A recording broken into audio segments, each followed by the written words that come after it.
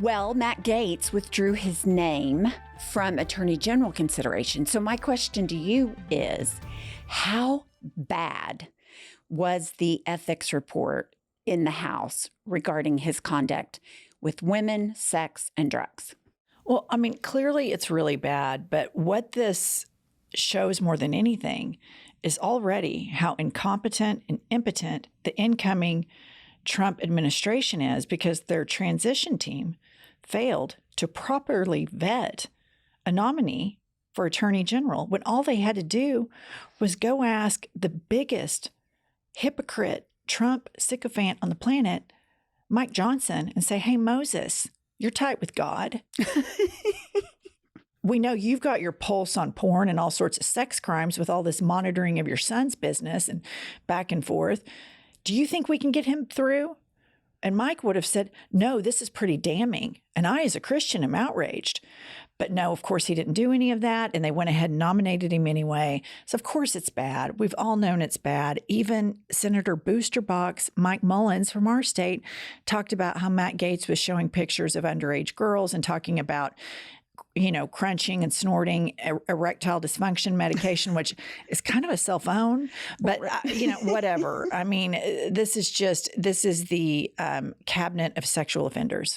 Absolutely. And immediately thereafter, Trump nominates Pam Bondi. Perfect. Just a total loyalist, election denier, hysterical woman from Florida. And I don't mean that hysterical to demean women. I'm talking about the women that suffer from internalized misogyny, that cannot advocate for other women and try to pass laws that push women into the home while she's a career woman.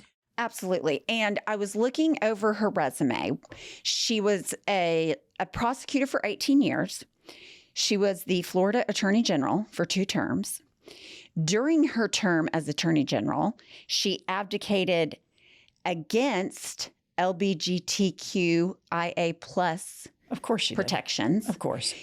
She attempted to unsuccessfully weaken the Affordable Care Act in Florida.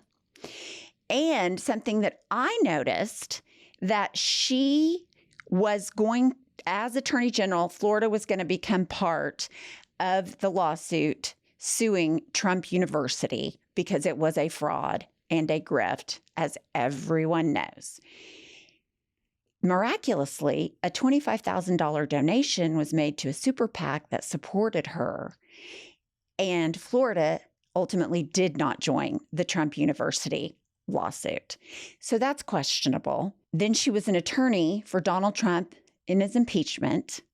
And the coup de grace for me personally is that, guess where she has been working the past few years? I'm sure some Trump grift, something or another.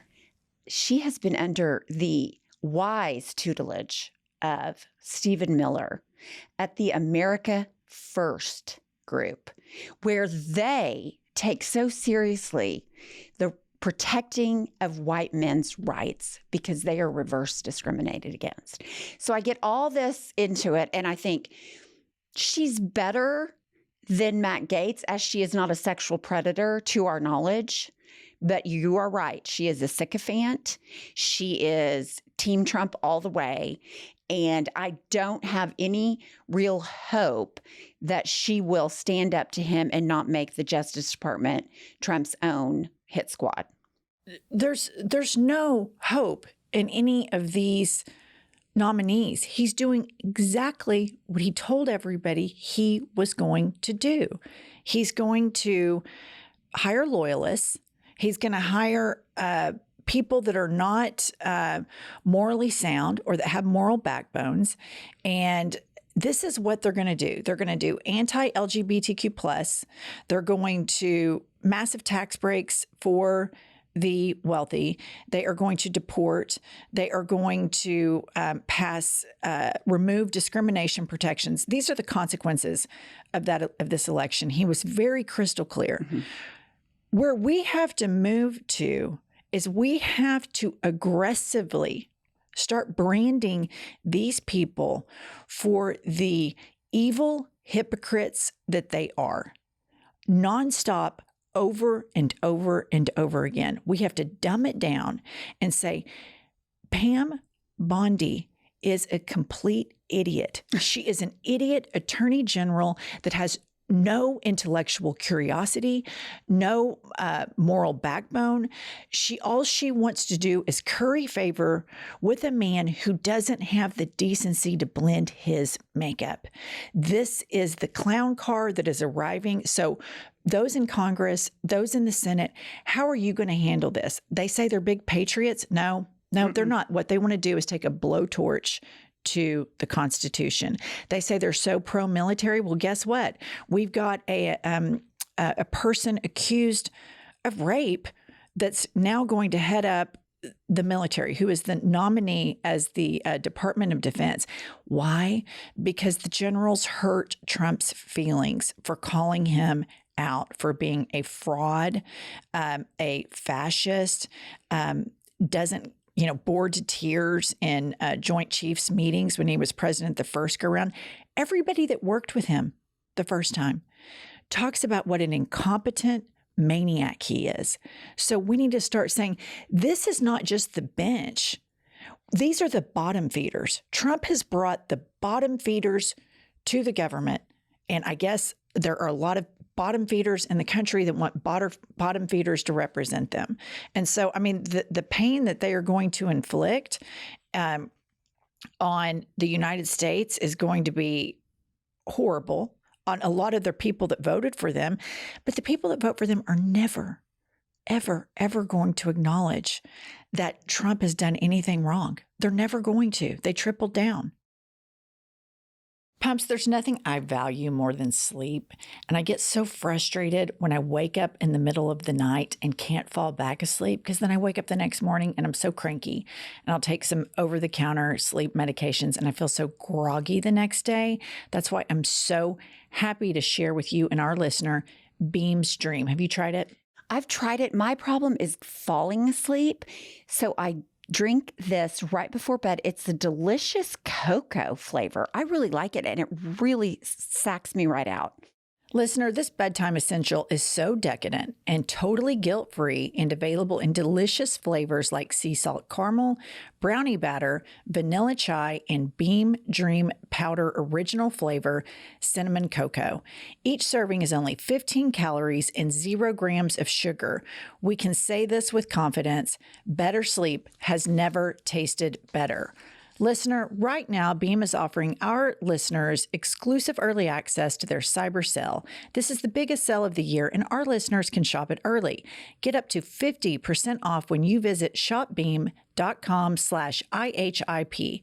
Try to dream for the lowest price of the year. Head over to shopbeam.com/IHIP and get yours before they sell out. Again, that's shopbeam.com/IHIP for up to 50% off. Let me ask you about that. When the tariffs come and everybody's prices are increased at least 20%, and so you have the average Trump voter who is not wealthy, increases taxes, has less money in their pocket, you do not think that will change the tide? He is going to fake the reports, and he has a whole media apparatus. He is going to put out propaganda that says the economy is so great. All of these reports that have been independent about unemployment and about inflation, do we think that this man and all of these people that he's appointing are going to be honest about that? And then he has this nut job right-wing, media apparatus. This is what they do. They're going to exhaust us. They will pitch this as, look at us, we are nailing it. Donald Trump looks in the mirror and he sees like a really hot man looking back at him. So we are in the way post-truth era. We are so far beyond like that we're going to be able to present to the almost 80 million people that voted for him. Hey guys, here's what the Biden economy did. And then here's what the Trump economy is doing. We told you so. They're going to be like, no, those implications are from Biden policies and blah, blah, blah. Nobody wants to know the truth that votes for him. Mike Johnson, the Speaker of the House, is a lunatic. He's a nut. And we've been waving our arms in the air. I don't hear anybody in Congress saying, we've got an emotionally and psychologically unstable man as the Speaker of the House who says he has private conversations with God and God told him he was Moses. This is disqualifying. We're not listening to jack shit that what he says. We're pushing back on every single piece of legislation he puts in front of us because he's a crazy person and we're not enabling it. But they don't. We act like Mike Johnson's normal. Right. And we act like Mike Johnson. I mean, we don't, but people take Mike Johnson at his word when he's such a strong Christian. His Christian faith guides him. I'm glad you bring that up. Okay. Because here's what I want the Democrats to do. Okay. Start talking about every single one of these Christian, conservative, right-wing groups and right-wing politicians. Start calling them out as hypocrites. This person is using Christianity to scare you. This guy is a total hypocrite because Trump has exposed all of this and exposed all of these Christians for the hypocrites that they are.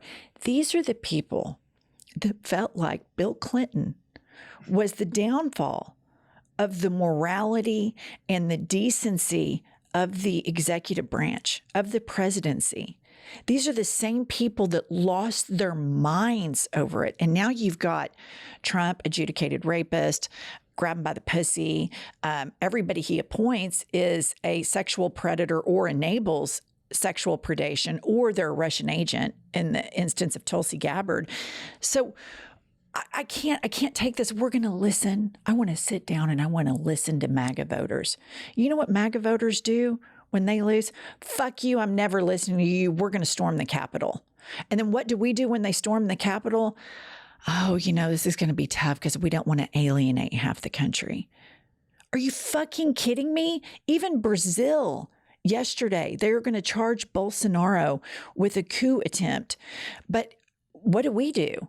No, yeah, take the nuke codes down to Mar-a-Lago, hang out on your gold toilet on the phone talking to Putin, give the nuke codes, do all this shit. We do nothing. We do nothing. And then we sit here and act like, oh my God, we really can't talk about the hypocrisy and the power of the Christian right because we don't want to alienate people. All they do is alienate people. That's all they've ever done is alienate gay people, women.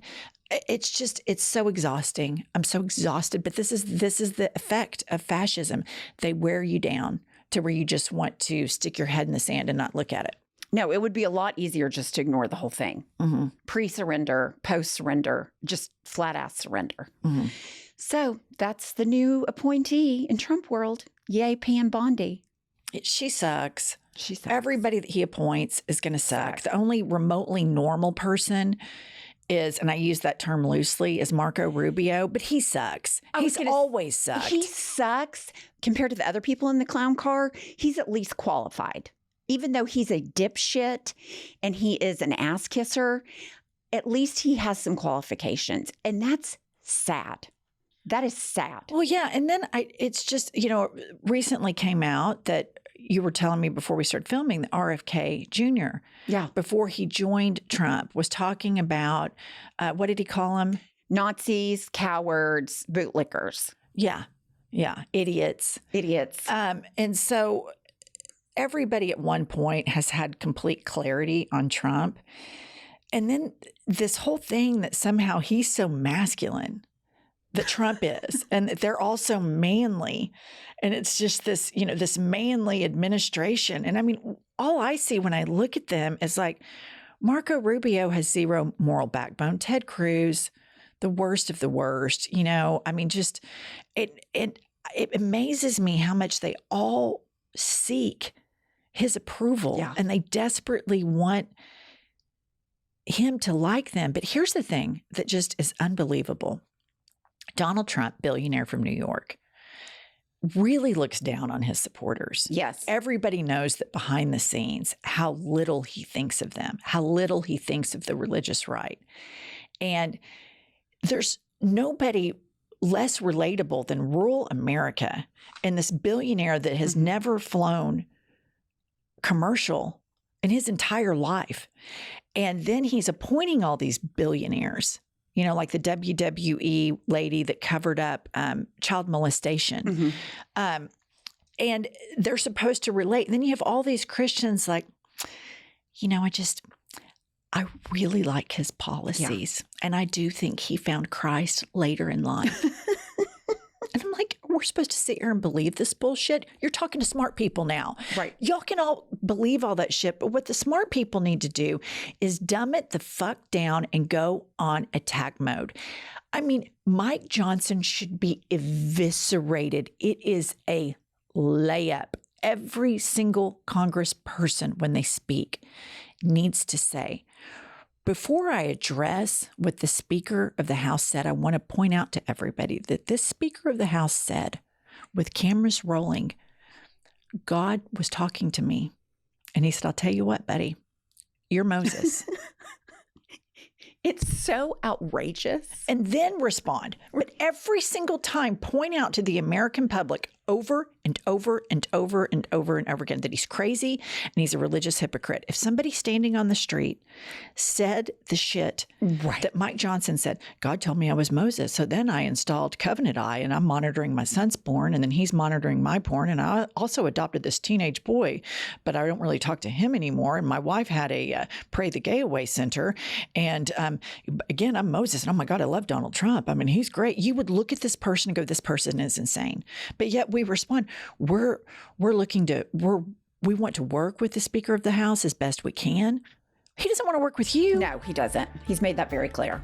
I mean, it's just, they've got to start just viscerally attacking these people for their moral shortcomings, because that's what they all call themselves. We're the silent moral majority. Right. Fever-pitched hypocrites, what I call them. All right. We'll see you guys tomorrow. It's so entertaining. Tap the vein. So